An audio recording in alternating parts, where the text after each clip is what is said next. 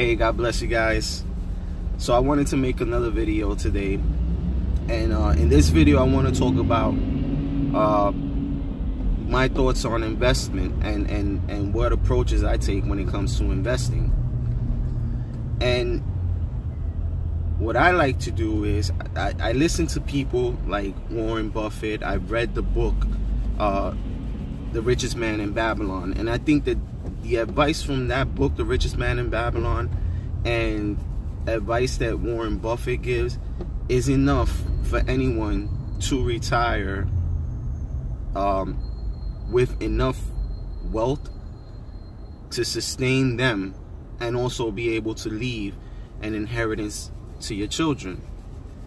And since I believe in biblical principles, I believe that a wise man leaves an inheritance to his children, and so that is my goals.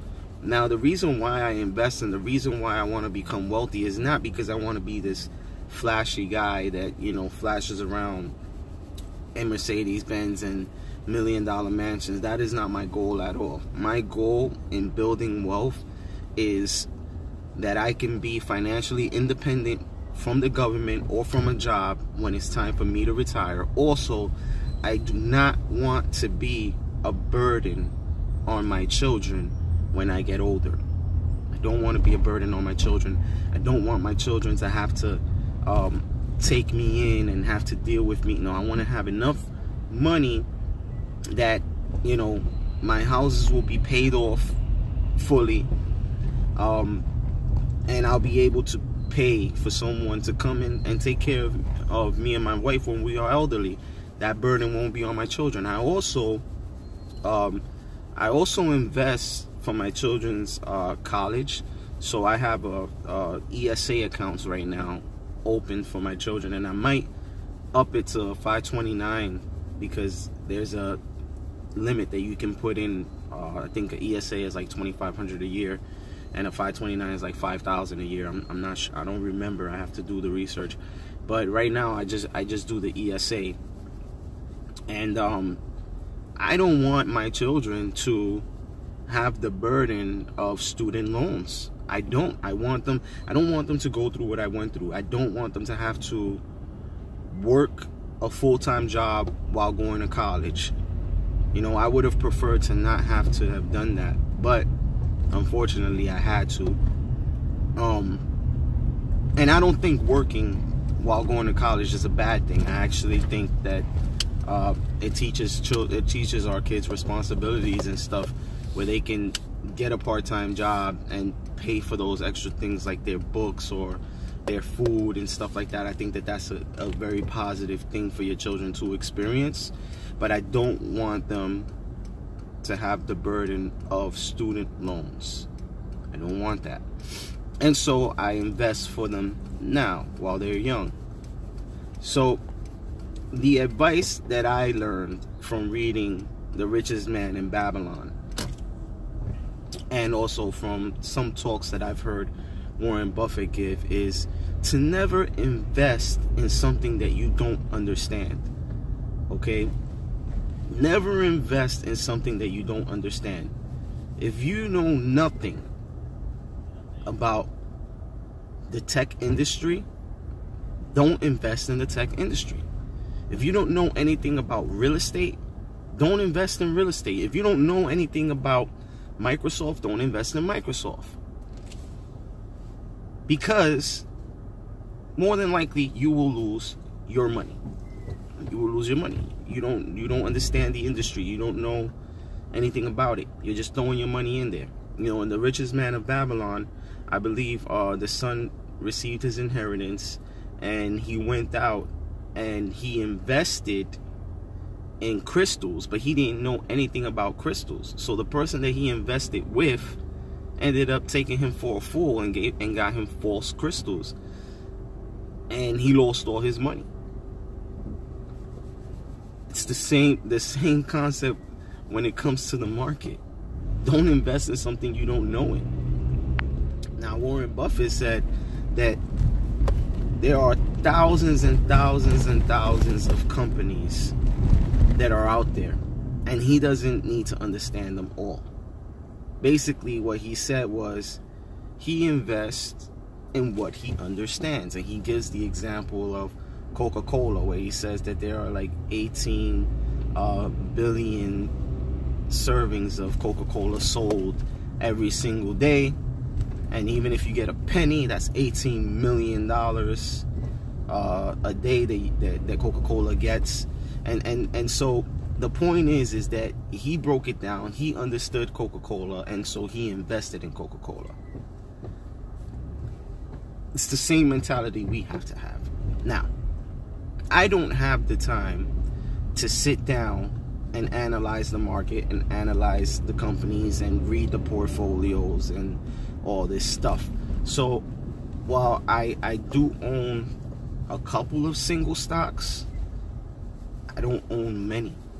And I don't plan on purchasing many single stocks unless they have a good dividend. But I don't purchase many single stocks. Like I said, I only have a couple. I focus more on good growth stock mutual funds and index funds. Why? What are my understandings? Well, I understand that the S&P 500 index fund, or the VOO index fund, which are the top 500 companies in America, I understand that those are the best performing 500 companies in this country. So I invest in it. Why? The portfolio is diversified. The stock is diversified. If one stock goes down, the other one goes up. You have that balance.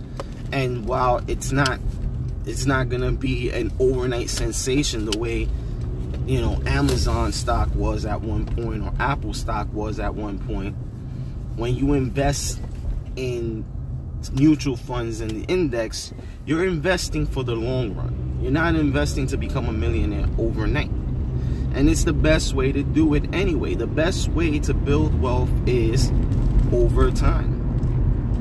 Over time. And so you allow the power of compound interest to work in your favor. And more millionaires are born every single day through the power of compound interest than those who are just making it big on a single stock. You know, to be quite honest with you, if you look at the single stocks in the markets today, they're at all year highs, which means that it's a bad time to buy a single stock anyway. It's at its highest peak. You know, you would need the market to crash or for those stocks to go through a terrible experience so that you can be able to make any kind of money on a stock overnight or over a small period of time. And so right now it's like going to a store and buying something while it's the season where that thing is selling at its normal price. If you want to buy a single stock, you have to wait till that stock is discounted, and the discount comes when the prices of those stocks drop. Then buy all you want. But right now, almost every single stock is at its yearly high, and it's not worth purchasing money. You're only going to lose money because those stocks are going to eventually fall, and you bought them when they're high, and you're going to end up losing money. So my advice is buy what you understand. Buy what you understand. And right now, to me, my preference, like I said, is to buy the index funds or growth stock mutual funds. I have a mutual fund that has a bunch of ETFs of Facebook and Google and the best pharmaceutical companies, and it has a mixture, a diversity of very top performing stocks in the market, but it's diversified. So if Facebook does bad today but Google does good, I don't really lose. It balances itself out, and over time these mutual funds grow. One of my mutual funds performed at 17% interest rate for the year. So I got back 17% of what I invested into that company, plus I get a really good dividend off of that mutual fund. And so that's why I invest in mutual funds and index. I know that I don't have the time to get into these companies and read all their portfolios or anything like that. But what I do know and understand is that the top performing 500 companies in this country have a track record. The S&P 500 has a track record of 9.8% return for the last 90 years, which is the average. Doesn't mean that every year it performed at 9.8, but its average for the last 90 years has been 9.8%. And so I invest in the S&P 500, and I do that for my children's college fund, and I do that for my retirement and my wife's retirement, and that's what we do, you know. My wife, an example, my wife hasn't worked in 7 years, but when she was working, she had a retirement account set up, a Roth IRA, which is, I recommend a Roth IRA to all you who don't know what a Roth IRA is. It's a retirement account, but it grows tax-free. It grows tax-free. You're allowed to put $5,500 a year into that, no, $5,000 a year into that account. And whatever gains you have on that account, it's tax-free. It's yours. You can make $4 million in that account off of your investments, and the government can't touch 1 penny of your gains. And so that account, my wife's account, hasn't had any money put into it in 7 years, but it exists and it's still growing because there's money in there, even though she hasn't put any more since she started staying home to be with our son. My wife, when she was pregnant with our son and she gave birth, she took time off and got laid off of work. So it is what it is. But thank God that God has opened doors and blessed us in the fact that my company, I make more than enough money to provide for all of us. You know, there are 5 of us now in the house. We have 3 children. But yeah. Check it out, guys. That's Queens, New York, right there. And I'm in Manhattan on the FDR. Anyway, so yeah, so just wanted to give advice on investing and the market. Only buy what you understand.